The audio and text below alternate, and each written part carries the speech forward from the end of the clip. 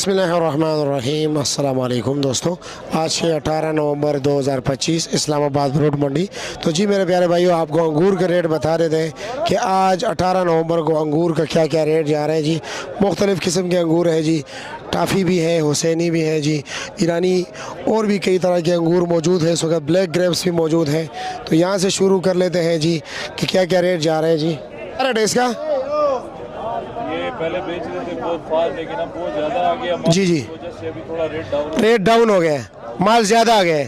ज़्यादा आ गया। अब ये बेच रहे हैं हम इसको 3200 रुपये। 3200 रुपये का ये जो है वाइट वाली टोकरी है, बेच रहे हैं 3500 रुपये। ये 3500 का है। अच्छा जी, वो अनार है, वो पहले बिक रहा था 7000 का, डाउन हो गया। अब ये क्या रेट हो गया? 10,000 से रेट कितना डाउन हुआ है? इसके ऊपर इसका 10 kg हो गया। 6,500 है। अच्छा जी, ठीक हो गया।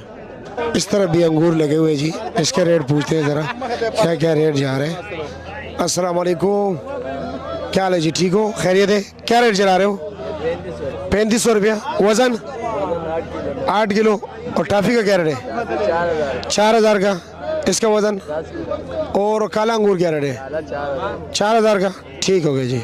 उसका वज़न तो कम है ना? 6 साढ़े 6 किलो। ठीक हो गया।